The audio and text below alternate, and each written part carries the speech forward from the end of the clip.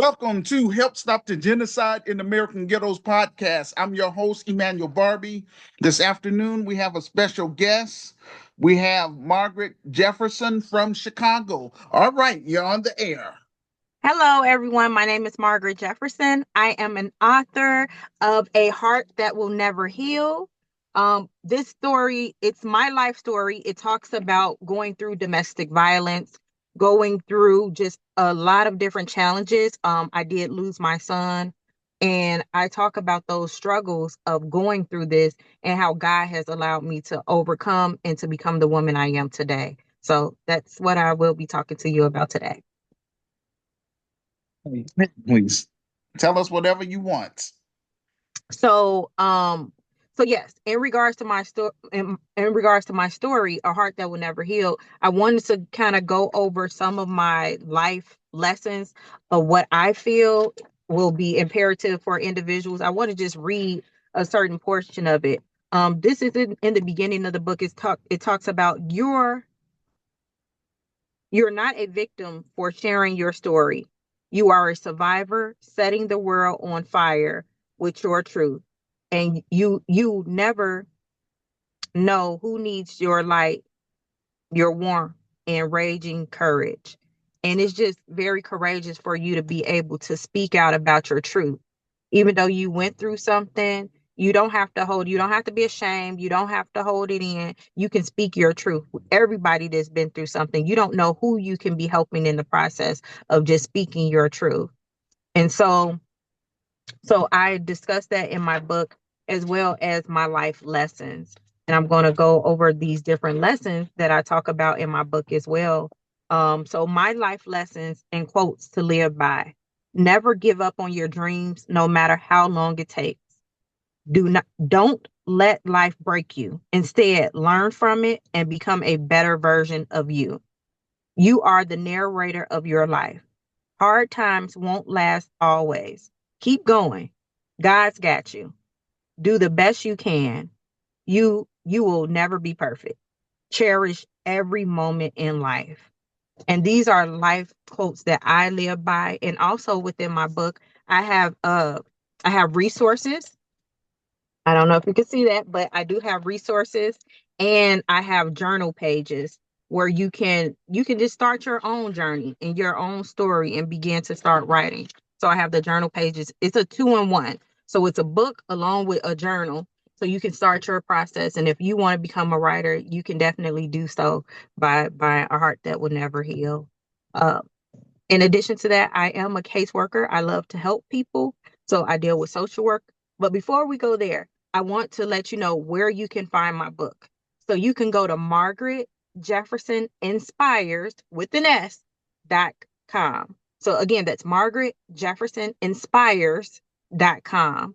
And you can actually get my book. If you don't mind, also tell people how they can find you on Facebook, please. Oh, sorry.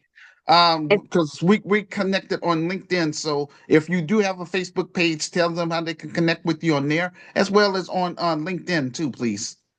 okay, well, you can actually connect with me on Instagram. So it's Dr. as in Mary Inspires. And that's Dr. Inspires. And you can follow me on Instagram.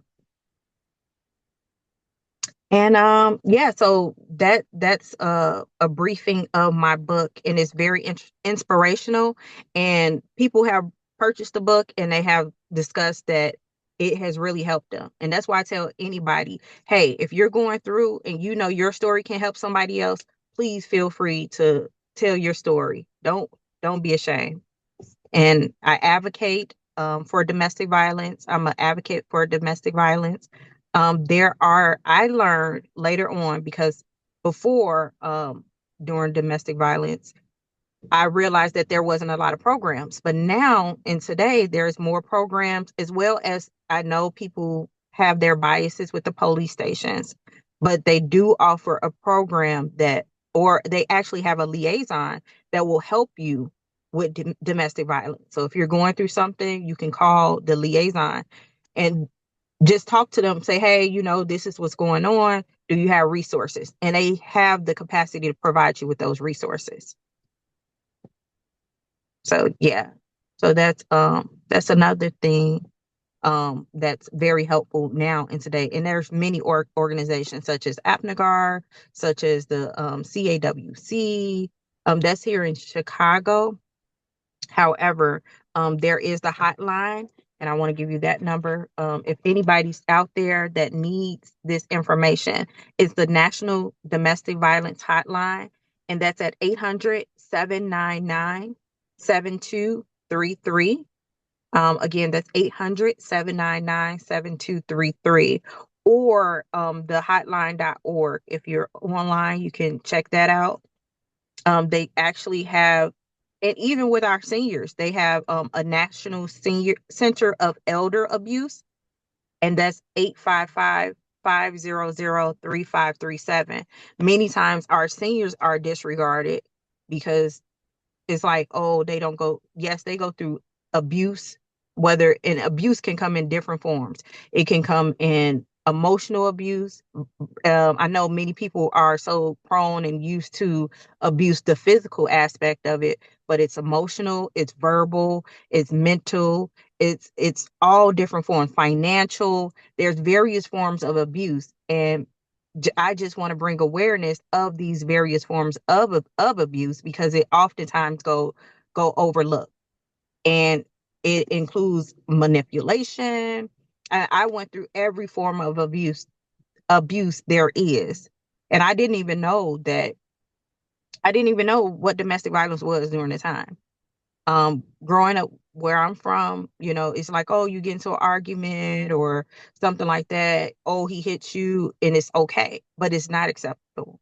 It's never acceptable for no one to hit you or to curse you and degrade you and call you all type of names. It's never acceptable. And if that is occurring, I know everybody say get out, that's the easy thing. Oh, get out, get out. But sometimes people don't have that. Try to up to first and foremost, I had to reach out to God, and I had to ask God to help me to get through this. I'm going through this and I need your assistance, God. And if, everybody's different, but that's what I did for myself. And I encourage people to get therapy. I know there's a stigma in the Black community where it's like, oh, and even when I went to therapy, I thought like, oh, I'm not crazy. I don't want to go to therapy because people are going to think I'm crazy. No, it's okay to go to therapy. It's okay to get that extra assistance.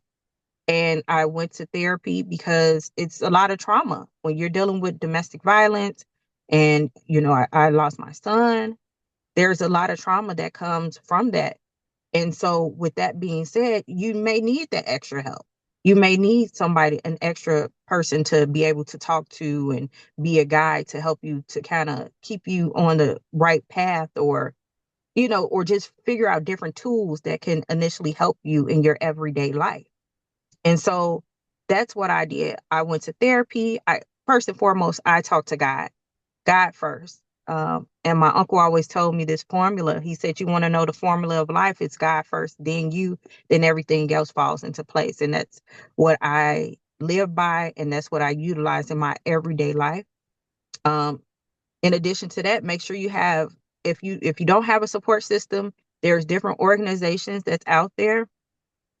It's an organization that really stood by my side. It was and I'm trying to remember, survivors. For survivors, there's an organization that will help you. If you're not nearby an organization such as that, there are various organizations that have people that's going through the same thing, so you won't feel as if you're the only one going through it. And there's organizations that can possibly assist you with your daily challenges, and you won't feel like an outcast, like nobody understands me. And so find you a good support system. And that's another thing that helped me, having a good support system. And I know a lot of people don't have family, they don't have friends that they can turn to. But again, there are different organizations, whether it's the church organizations. And I know people have biases about the church because, people can be judgmental. So, and right now, they have like on Facebook groups, or they have a more wide range of different places that you can receive the support, opposed to when everything occurred with me, which was years ago. And so I would encourage you to get a great support system, or maybe it's one or two people that can support you and that has probably been through it or knows information about how to deal with it. So that's another thing I would suggest, because it's so easier said, oh, just leave. Okay, I leave, then what? I don't have a support system. I don't have nobody. And I'm leaving this situation where I do have a roof over my head. I do have this and I do have that.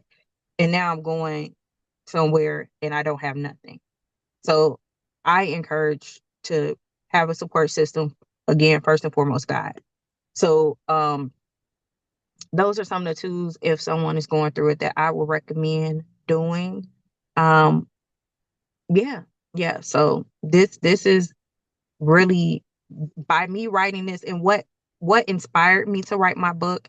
I actually was inspired like during the pandemic, and I thought, and I said, well, what would I be able to leave behind if I leave here tomorrow? And I said, well, my words, my story, who I was as a person is what I would be able to leave behind. And that's what encouraged me to write my book. And I said, God, what would be a title? And my title is A Heart That Will Never Heal. And I know a lot of people say, well, your heart will heal. God can heal. Yes, God can heal all. But for me, my heart won't heal. My heart won't heal because my son is not here. You know, my son is not here. And so my heart won't heal because my son is not here. And it's still a hole in your heart. If you have any family members that have passed away, then family members, children, then like the feeling. It's like a heart. It's like a hole in your heart. And it's unexplainable. I can't explain it, but it's like a hole in your heart that it just never goes away. And I mean, it's been years. Yes, I can't Can you hear. tell my? I have a question. Yes, Yeah, can you please tell my listeners, is your book available like as an ebook, and also how much it costs? yes.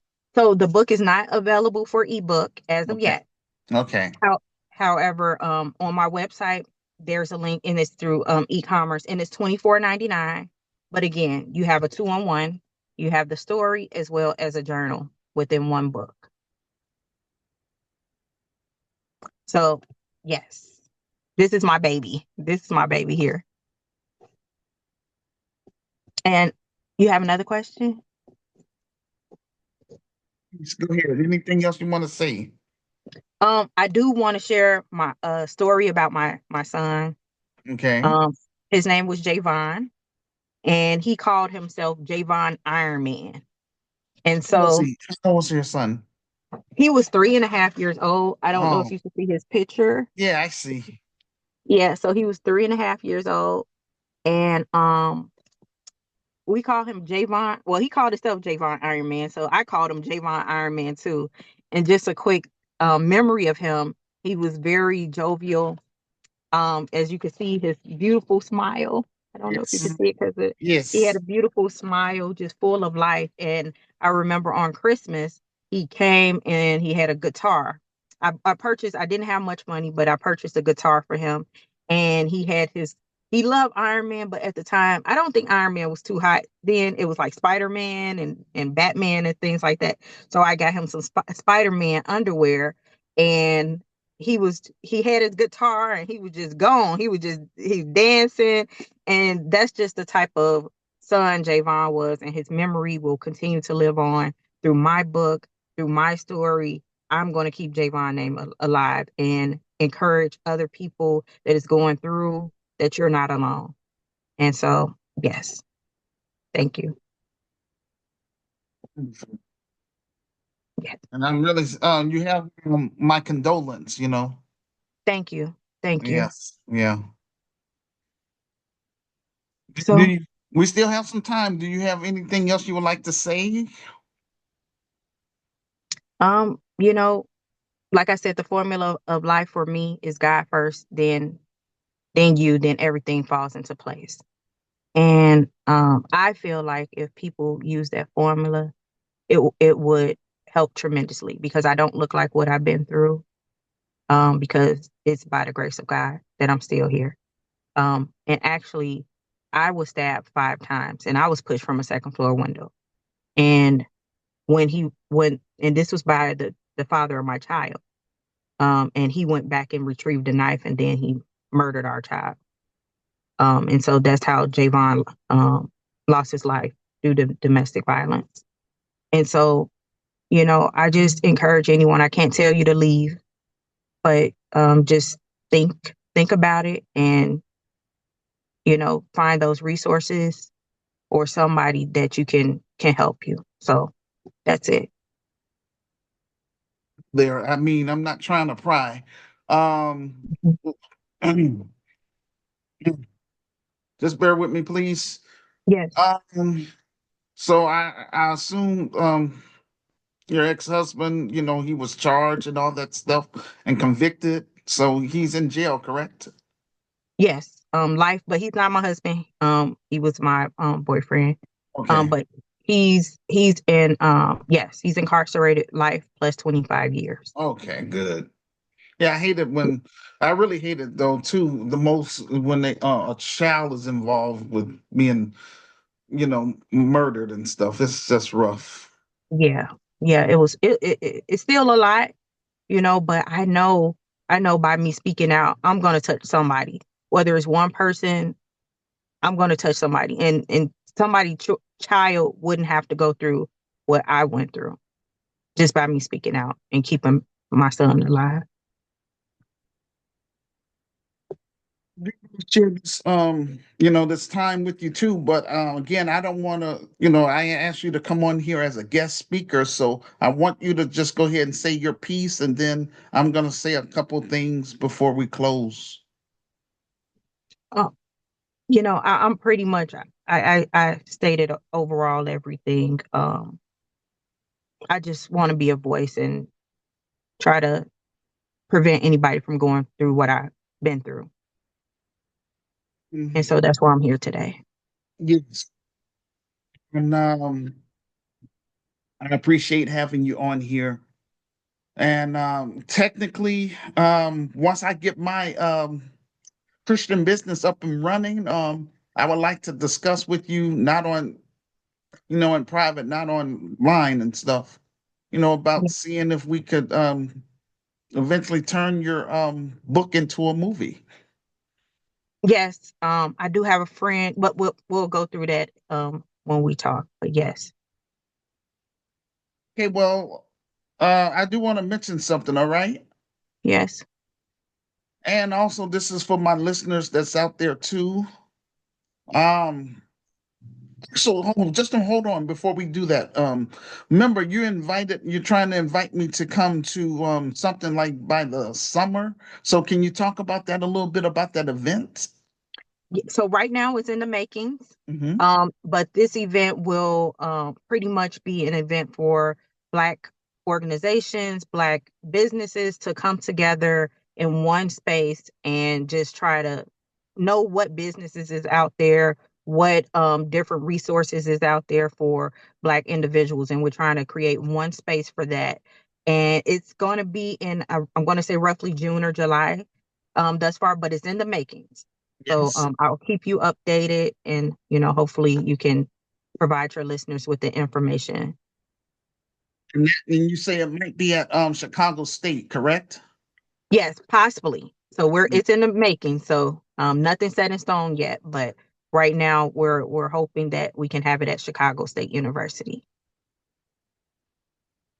Okay, well, first, I just want to let you know too, because yes, me and you both we met each other on LinkedIn, and I'm grateful for that. Yes. Um, and like I was sharing with you, I am an urban author. The name of my book is called "The Solution for Black America." It's a little blurry right here, Yeah. so you all just bear with me. But anyway, the title of my book is called "The Solution for Black America: Reclaiming, Rebuilding, and Restoring the Urban Ghettos in America," second edition. It's available in two forms. It's available as an ebook for $9.99. It's also available as a softcover book for $15 plus shipping and handling. You can find the link to my book in the comment section below this video podcast. I'm going to have that in there. And basically, um, I wrote my book because I just wanted to get my story out there.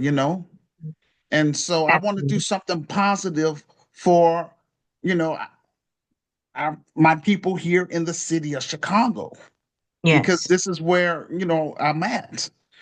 Yes. And the whole purpose of me writing my story is to, let the Black world know that I offer something special, something that's going to help turn around our communities, rather than us just sitting up here just complaining about the white man and the government, and just sitting up here.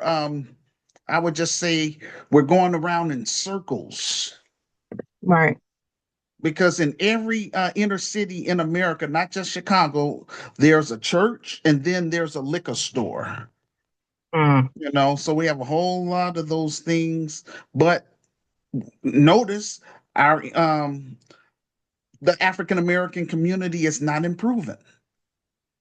Yeah. And the reason why is that we have so much, I would just say, competition with each other. We don't really want to work Mhm. with each other too, so Yeah. that's a problem. Hmm? So I'm grateful to be working with you today. Oh We're yes, and I'm grateful that we connected with each other, and yes, I hope when you get an opportunity that you would read my story as well, yes, and that yes. we could consider doing a partnership. But anyway, I do want to get to my point. Um, the name of my Christian business, because this is what it is. Mhm. It's called the Grassroots Community Activist Institute of Chicago. Nice. And unfortunately, yes, I've been reaching out to people in my community here in the city of Chicago, in real life, and for the past 33 years, and yet I'm still on first base, and that's kind of sad. But I'm grateful that I ran across you, so at least that's something positive that's Yes, gonna help yes, with the credibility portion of what I'm talking about and what I'm trying to do. In my nonprofit business, it's gonna be actually two businesses. We're gonna have a nonprofit portion, and we're also gonna have a for-profit portion in this yes, business. Under the for-profit business, our goal is to own and control our own community grocery store, community healthcare clinic, and community housing. That's where I'm yes, going to make my bread and butter. yes, But under the for-profit side of the business, I want to make sure that we cater towards helping single Black mothers, single Black fathers, and even two-parent Black family homes, yes, as well as connect with the African immigrant community, yes, because yes, that missing piece. Because um Jesus slash Yahshua, he called me to create this business, and that is for us to, as Black Americans, I would say as like-minded Black Americans, I need those that's going to be a part of this. yes. um we got to heal from that slave mentality. Absolutely. And yes, and also at the African immigrants, they're going to have to heal from that colonized mindset. So in my Christian business, that's what we're going to work on. We're both going to try to learn how to get along with each other, because we've been separated from each other for 400 years. Yes, So we have to respect each other's culture, learn how to do business together with one another, and My goal is to create the best African American business within the United States of America. That's my Yes. goal. Now, if it becomes, a franchise and spread out throughout the United States, that's cool. That's what I really wish it would happen, Mm-hmm. but if it doesn't, that's fine too. But also, I do want to mention this. I want to have African immigrants within the United States of America from 10 African nations. That would be South Africa, Kenya, Ethiopia, Tanzania, Uganda, Angola, Liberia, Ivory Coast, Ghana, and Nigeria. I want those Africans that's here in the United States to work with me, to help me get my revised book on that bestsellers list and help Yes. turn my ideas into a reality. This Christian business is going to have 9 main components. We're going to have a social service component. We're going to have a spiritual component, which is going to be optional for secular people. We're going to have a political component. Number 4, we're going to have an entrepreneur component. We're going to teach our members and students how to create their own nonprofits as well as how to create a for-profit business. Mm-hmm. Number 5, we're going to have an entertainment component. So, like, I'm trying to turn my book into a film right now. I Nice. have a GoFundMe page, and that you can find that in the comment section below this video podcast. But first and foremost, I prefer that you read my story first, so that way you'll have a better idea to know what type of business that this is, and that this is more than just, something that it's more than just a new business endeavor. This is going to be something that going to change the African American community for a long time. It's going to change our situation and turn our situation around. We're going to Yes. progress. In my Yes. Christian Absolutely. business, we want to this is how I'm getting down. In my Christian business, we want to raise the bar. That means Yes. raising the standards. So in my business, I want to make sure we separate ourselves from con artists, Mm-hmm. pedophiles, Mm-hmm. hardened criminals, urban Mm-hmm. terrorists. I don't want those type of people in this business. Yes, Right. I know God loves everybody, and this is not the church, because in the church they say whomsoever will. In this business, we want to separate ourselves from off code Negroes. We want to make sure that everybody's going to be on code. So I'm trying to encourage people to join the grassroots community activist movement as members. So that's why I say GERCAM members. So Okay. one way how you can join is read my story and see if you agree with the vision. If you disagree with the vision, then that's on you, but you can't be part of this. Mm-hmm. You know what I'm saying? Again, we want to Absolutely. raise the bar. Also, once we have that physical building up and established, because it's only thing I have right now is just the business title. Okay. You know, this is a nonprofit, so yeah. But my goal is to, once I generate enough capital, once I'm able to also get this film project fully funded and made, we're trying to raise $250,000 for the film project and get it out there. And the Yes. proceeds from that film is going to put me in a better position financially, so that way I can hire qualified Black middle class professionals and qualified African immigrants, so that way we can build this business. And then we're going to once we're going to replicate the business to the African continent, and in those 10 African nations that I mentioned, we're going to set up local chapters, so that way we can do international trade with our brothers and sisters on the continent. And for our talents and skills from the diaspora, it's going to give our members an opportunity to become dual citizens. So that Yes. way, we don't have to just sit up here and be like sitting ducks here in the United States, just Mm-hmm. marching and protesting and all that stuff. We have somewhere else to go.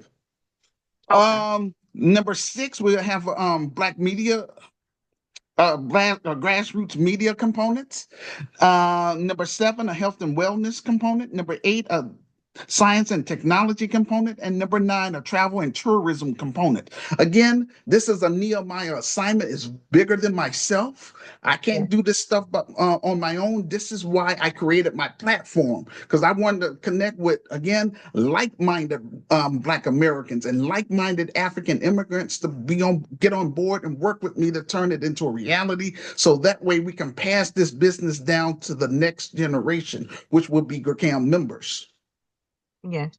Do you have any questions for me about what I just shared with you? No, I mean, you gave a good breakdown of everything. And, you said you have this idea, but with God, all things are possible. And I Yes, know it's going to yes. come to fruition, everything that you're putting out here because it's all for his good. So, yeah.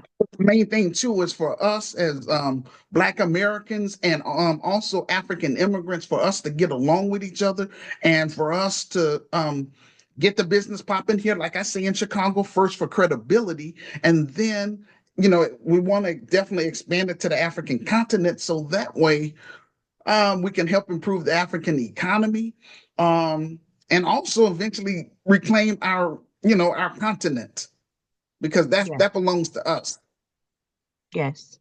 That's And all I'm saying. And I'm not telling all Black America, it's 12 million of us. I know all of us can't leave due to finances and all that stuff, but those that want to stay, to each his own. But all I'm saying is I want to give GRCAM members, I want to encourage them to become global citizens, not to just sit up here and just be fighting, you know, for America. That's fine Mhm. and dandy, but I'd like for us to consider fighting for the African homeland. Because if we lose Africa, we lose everything. That's all I'm saying. I understand. Do you I have any understand. specific questions you'd like to ask me about what I'm saying? Actually, off camera, I want to talk with you in regards to this other organization, and they're kind of tied together. And like I said, I want you guys to connect, but that's off Okay, I camera. got you. No problem. Yeah. There's no problem. Um, so we have about five more minutes. Do you want to say any last words, or do you I- have an email address that you can share with people that they can contact you? Actually, if you go to the margaretjeffersoninspires.com, Okay. you can click the link for the book, as well as there's a Okay. contact section, and you can click there and it'll take you to my email address. I'll give it to you. It's margaretjeffersoninspires@gmail.com. So you can go there too. Check me out. Yes. Yes. Okay. Well, I don't want to hold you up, if you have to run. But thank you for coming on this podcast with me, okay? And thank you so much. And definitely your ideas and the other organization, I think it'll be perfect to so I'm gonna give you that off camera, but I think it'll be Okay. perfect. Okay, So that's fine. yeah, so it's no questions because what you're doing, they're trying to do something similar. And I think if you guys can partner up, it'll be great, you know. I hear you. I hear you. All right, you all. Before we conclude the show, I want to encourage my listeners. March 29th, Saturday, March 29th at 2 p.m.